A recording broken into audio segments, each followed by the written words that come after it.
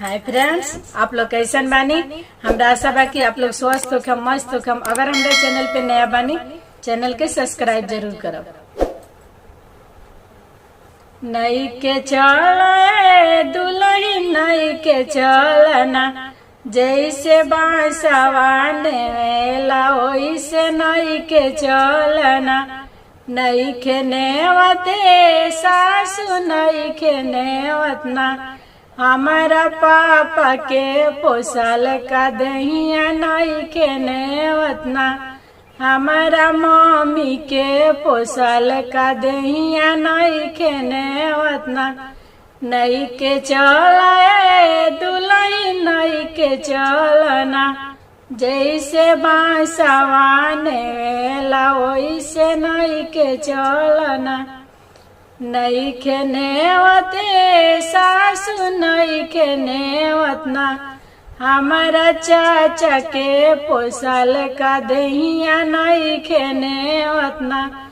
नई के नेवते सासु नई के नेवतना, हमारा चाची के पोसल का दहिया नई के नेवतना।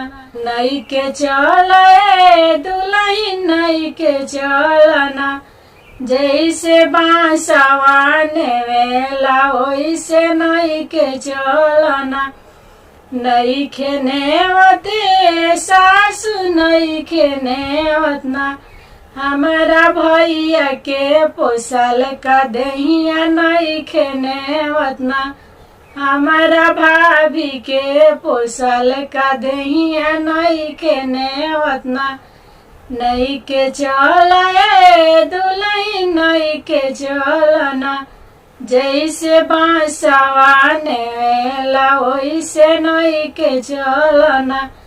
उतरिया दुल्हन तू तो केतना चोना कैलू, खेलत रहलू गुली डंटा कनिया बन के अइलू। उतरिया दुल्हन तू केतना चोना कैलू, उतरिया दुल्हन पढ़त रहलू कॉलेज में तू दुल्हन बन के अइलू।